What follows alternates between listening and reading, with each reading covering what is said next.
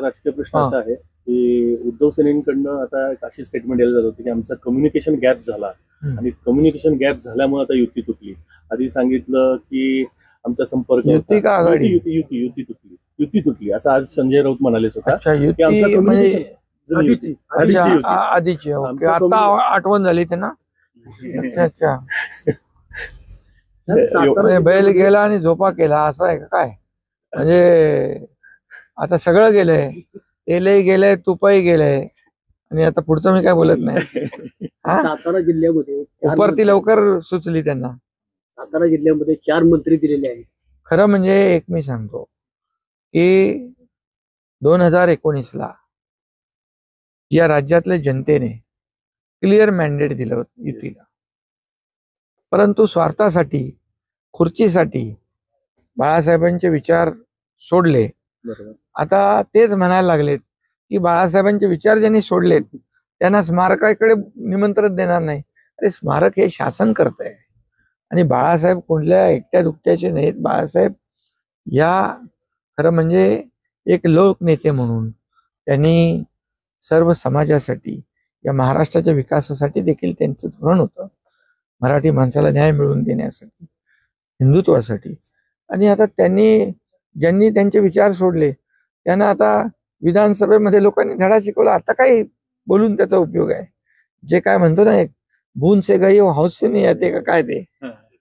भाजपच्या लोकांनी उद्धव साहेब ठाकरे जर आले तर त्याचं स्वागतच करू असं स्टेटमेंट चालू झाले थोडेसे. अरे बाबा, काल अमित शाह साहेबांनी, गृहमंत्री शिर्डीला होते, त्यांचं भाषण तुम्ही ऐका.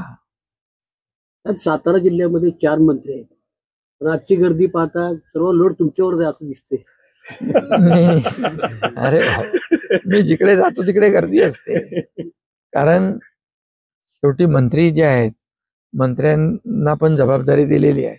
त्या विभागाचं काम, त्यांच्याकडे गेलेल्या प्रत्येक माणसाचं काम. शेवटी महायुतीचे आमचे मंत्री आहेत, काम करणारे लोक आहेत, घरी बसणारे नाहीत. लोकांच्या म्हणजे प्रत्यक्ष फील्डमध्ये उतरून ग्राउंड रियालिटी समजून घेऊन काम करणारे लोक आहेत. फेसबुक लाईव्ह वाले नाही आहेत, समजले की नाही? त्यामुळे फरक आहे महायुती. म्हणून 2.5 वर्षात आम्ही जे काम केलं, 2.5 वर्षामध्ये महाविकास आघाडीने थांबवलेले प्रकल्प, स्पीड ब्रेकर टाकलेले प्रकल्प, स्टे दिलेले प्रकल्प, ते आम्ही मार्गी लावले. एकीकडे विकासाला चालना दिली, दुसरीकडे लोकाभिमुख कल्याणकारी योजनांना चालना दिली. याची सांगड आम्ही घातली. म्हणून 2.5 वर्षामध्ये तुम्ही माहिती आहे ना, तुम्ही सगळे साक्षीदार आहात, एवढे निर्णय कधी झाले? लोकांच्या हिताचे निर्णय आम्ही घेतले. म्हणून लँडस्लाइड मॅन्डेट लोकांनी दिलं. एवढी मेजॉरिटी कधीच मिळाली नव्हती. ती महायुतीच्या 2.5 वर्षाच्या कामाची पोचपावती आहे.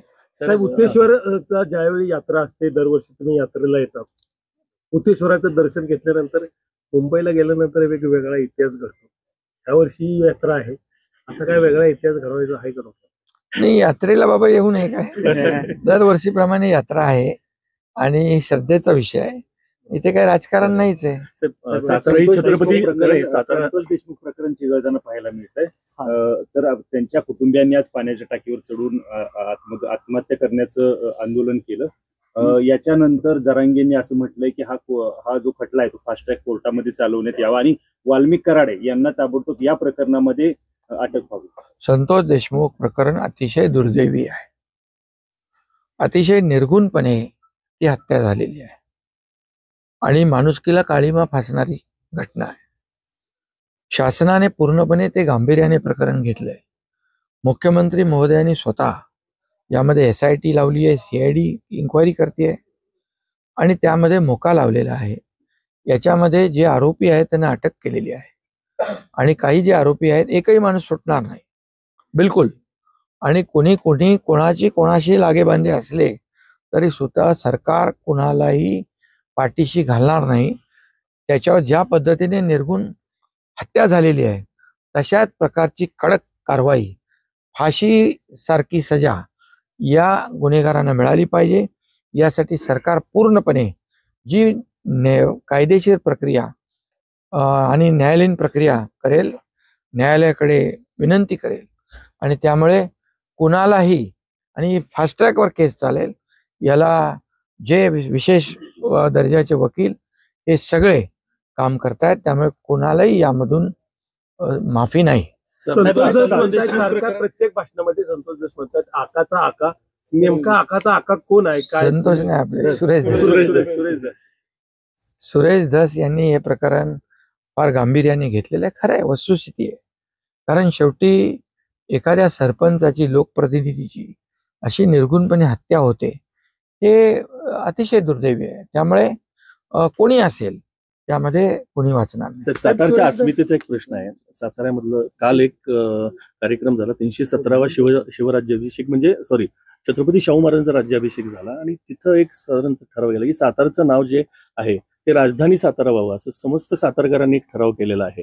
तर आतापर्यंत आपल्या सरकारने औरंगाबादचं नाव बदललं, छत्रपती संभाजीनगर केलं, ह्याचं उस्मानाबादचं धाराशिव झालं, अलाहाबादचं या प्रयागराज बाबतीमध्ये झालं. मी माहिती घेतो.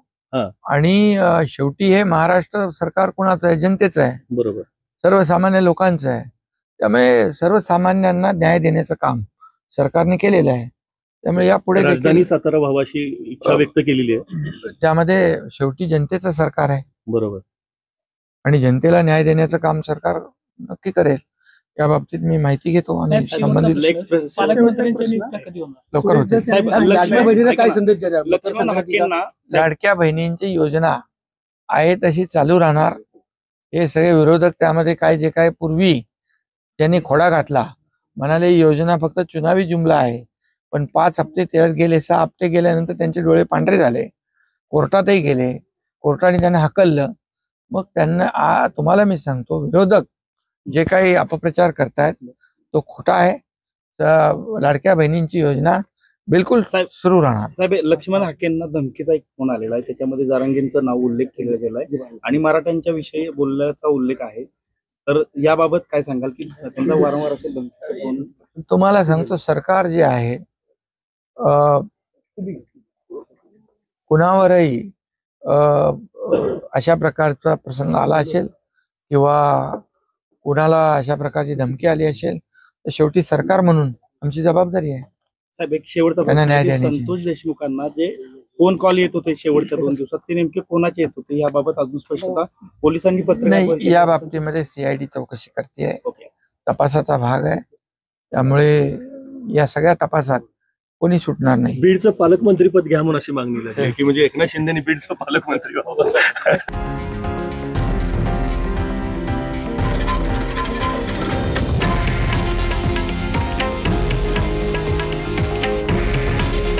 हे आहे देशातील नंबर 1 न्यूज नेटवर्क आणि आपण पाहत आहात TV9 मराठी. काळजी तुमची, हित महाराष्ट्राचं.